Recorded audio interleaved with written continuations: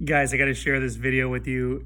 I try to remind everybody that we're all really way too hard on ourselves. And I had a new athlete that on Sunday, I have him do a battery. I just have athletes go out and do 30 seconds, 60 seconds, 90 seconds, and then 3 minutes, 4 minutes, and 5 minutes. So it's really 3 super hard neuromuscular efforts and then 3 VO2 max efforts. It's tough, and you recover 10 minutes between each one, and it makes the ride go by really, really quickly. But, this was the first time he did this, new athlete, and he's like, man, I got a late start. Everything felt harder than it should have been. My heart rate just seemed off, and I responded to him too. When it's 90 degrees out, your heart rate monitor might not be working properly. Today, mine was jumping from 130 to 140 to 160 and all over the place. Like, it's just not... Sometimes they don't work, which is why I really am not a huge fan of heart rate.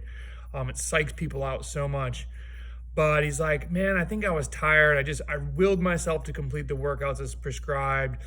I tried to hit 90 minutes of zone 2, and then I just fell apart like 2 hours and 30 minutes in and went home. It's really all I had.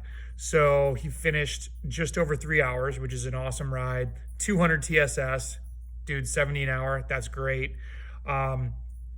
And he had made a comment of, I really should have had a third bottle. If it's 95 degrees out, you need 8 bottles. And I'm not even kidding. You need to have a route where there's spigots. So like a church or a school.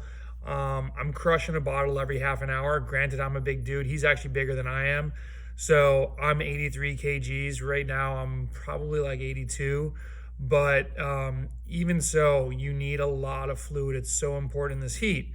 Now, the thing is, I love Training Peak software, but they only show you your like badges for, I want to say 30 seconds, a minute, 5 minutes, 10 minutes.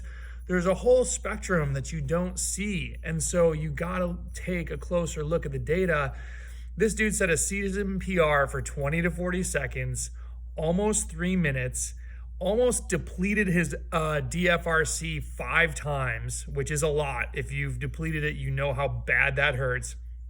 Meanwhile, it's 90 degrees outside, and he had 12 minutes and 45 seconds of 95% VO2 max. I don't think I could do that. Just went so deep. And he's going home thinking like, man, this wasn't that great of a ride.